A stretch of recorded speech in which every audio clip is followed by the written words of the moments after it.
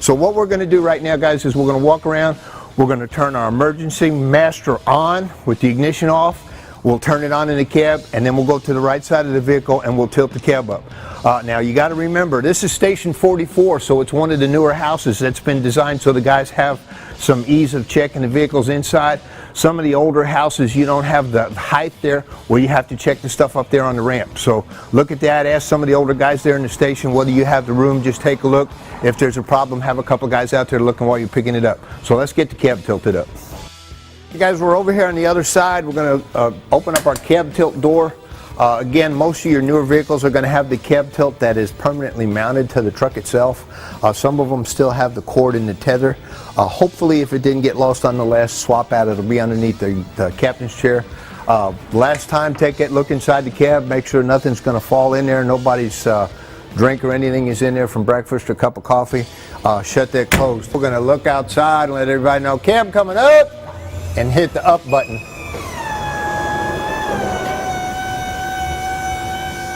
You want to be watching up there. You're going to hear a yellow prop rod that's up in the front of the vehicle.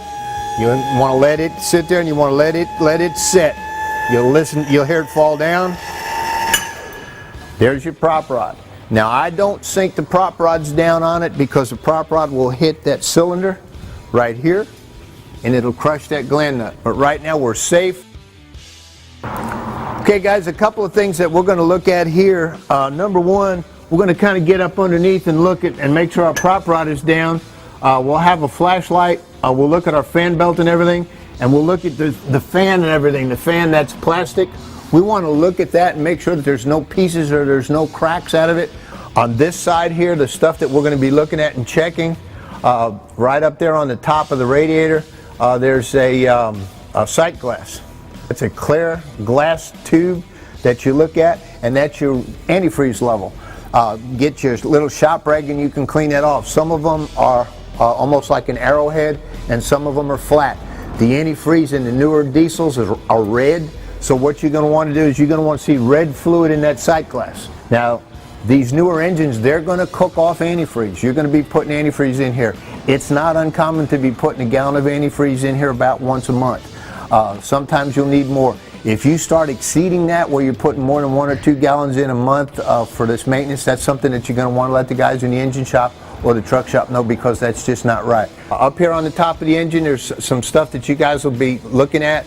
If you're working in here on top of the engine, be careful that you don't stand on and crush any of these sensors or anything. But on this side, that's basically what you're looking at. Once you get to this point, you can come down here and you can look through the wheels of the engine itself. All of your equipment, everything that we have, the front brakes are doing a lot of the work, so they're going to eat the front brakes first. You can take a flashlight, a little LED flashlight or a paramedic pen light, and you can look through these holes. Now what you're going to be looking for is a couple things. You're going to be looking for metal flake.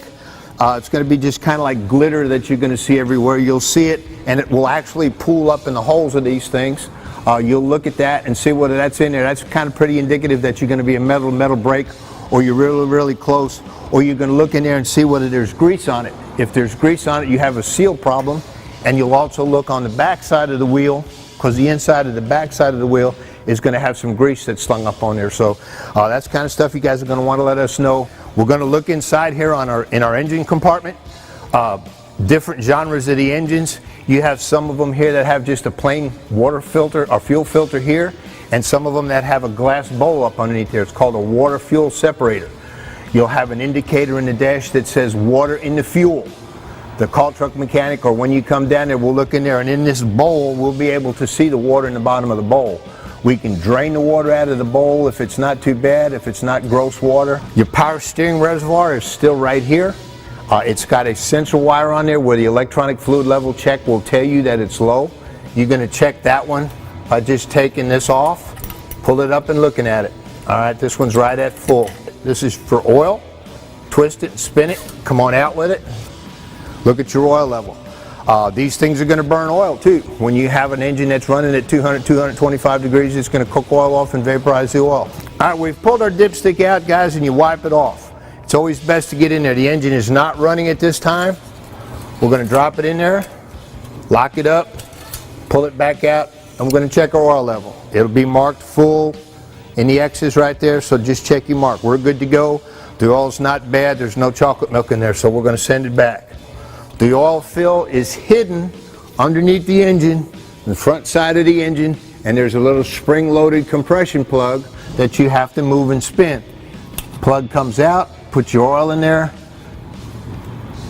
tighten it back up.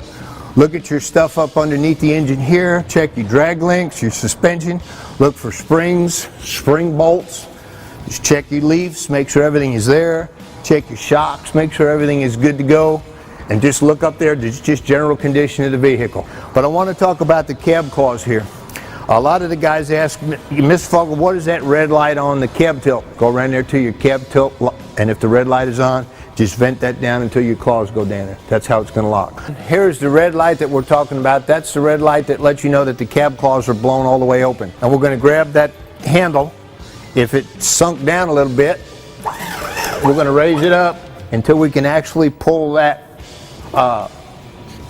safety bar off. We're going to start down with it by pushing the D button, and about a foot down, you can just release that cab claw or that cab hold down. If you watch your cab tilt, when this thing comes down, if it's quiet enough here in the station, you can actually hear the springs clamping itself down there and pulling the cab down. First it'll hit the ground, it'll nest itself.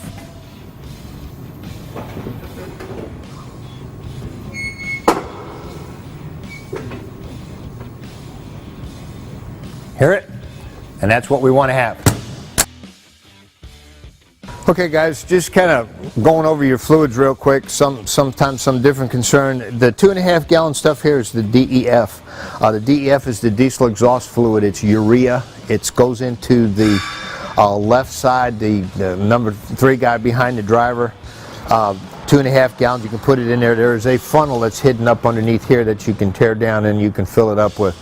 The stations right now are getting 2 doses of DEF, enough to fill each company in the station that has DEF with 2 loads of DEF. When you run out of this stuff or you get to your halfway point, you're going to want to call up there to the parts room and order on the same line that you would your oxygen supplies, and they'll bring you some more on station supplies.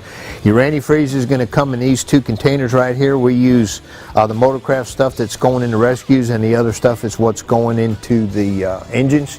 That stuff's red. This stuff is either yellow or orange. Regular engine oil. All right, this is why I'm saying this is a little bit difficult to pour in that deal right there.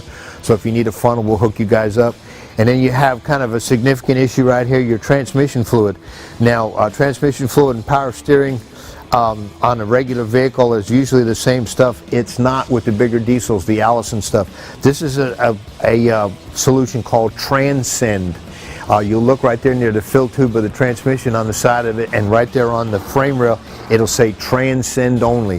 This is the only stuff that goes in the large vehicle transmissions, the Transcend. This is BP, but it's that, and this is our automatic transmission fluid that'll go in the other units. So don't confuse these. This is the only place, guys, where you can really get in trouble as far as fluids. So automatic transmission fluid for the heavies, for the smaller stuff, engine oils, antifreeze, and DEF. You can get any of this stuff just by calling up. Don't call up at 2 o'clock in the morning and tell me that you need a gallon of oil, because we're going to have a talk.